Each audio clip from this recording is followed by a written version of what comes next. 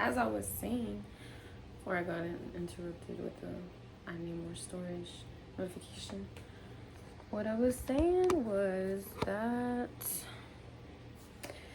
I woke up today feeling like I want to be inspired and get back into my creative flow, into the flow state, like they call it, because who knows when she'll come back in this great caliber and magnitude of inspiration. So when I get the feeling to do it, it's better to bank on that feeling and ride with it, because it's important to use it while it's there, while you still have it.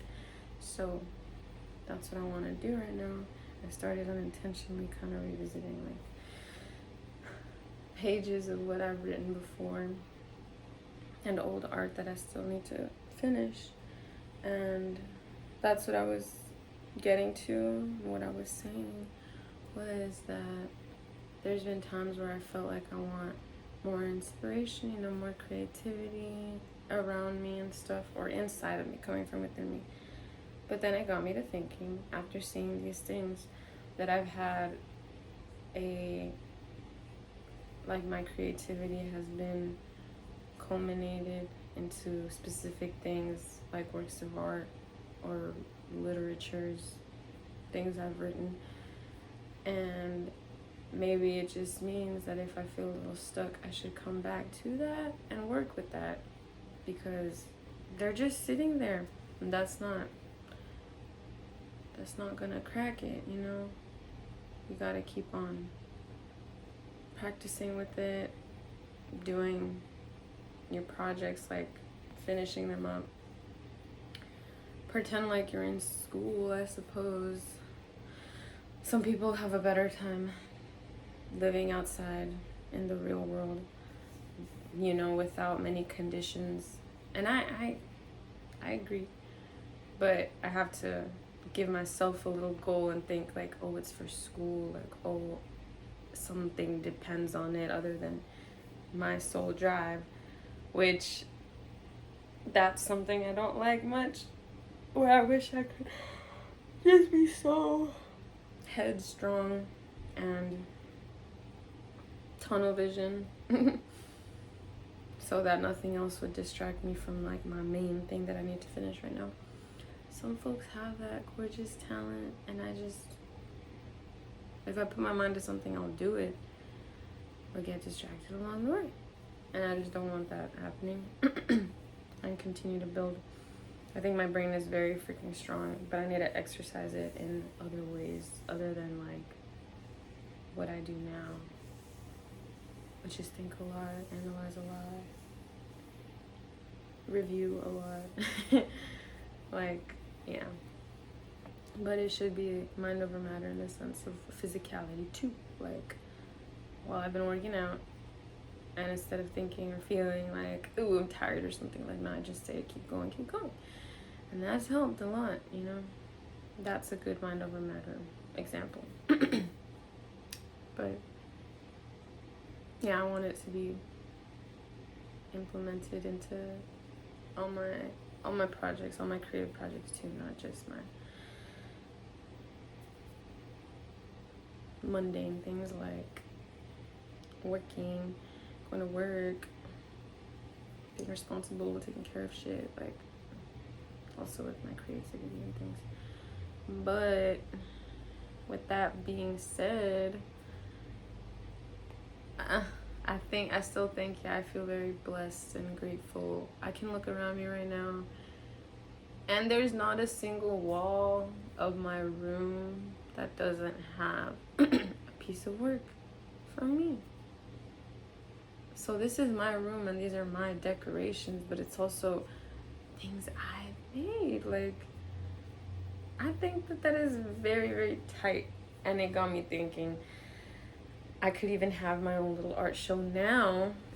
Ooh. And with that, I should have gone to like the event that they had. But one time I was taking an Uber to work, and there was this man that was talking to me. I don't know how we started talking about it, but you know, conversations get led to a point for a purpose.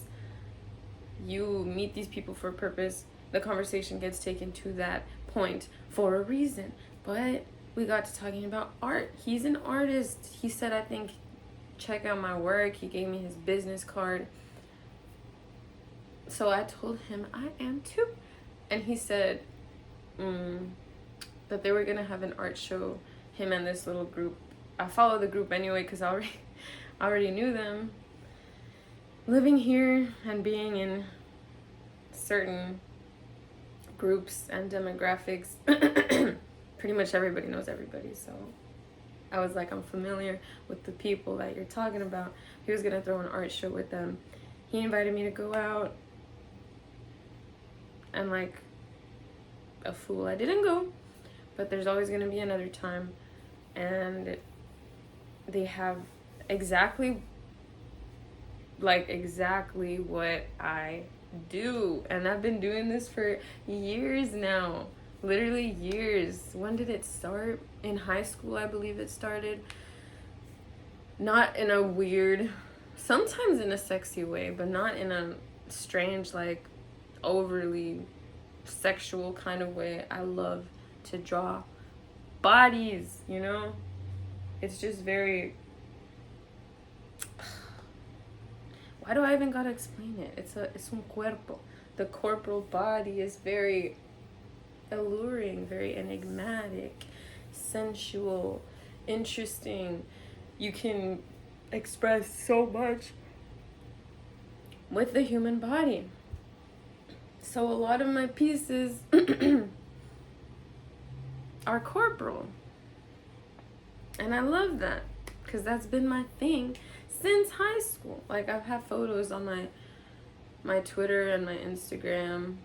I've looked back on my stories and old pictures of the art that I used to make, and it was always very, very detailed, like bodies, women bodies mostly. Not, I've never really quite drawn. Oh, I have drawn male genitalia before, but not exactly in like the romanticizing way, because I don't know. I find men attractive, but I'm not like wanting to draw them that kind of attractive, you know. Like women, on the other hand, were already art. So appealing in every way, to all the senses, in every way. But yeah. And plus it's what I know, like, it's what I live with every day, so I don't know much on physiques of a guy. Nor do I really want to know, you know? I don't know. But, yeah. But yes, everything around in my room and that I've made is very, very interesting. And it all has a theme that has been super unintentional. But let me show you.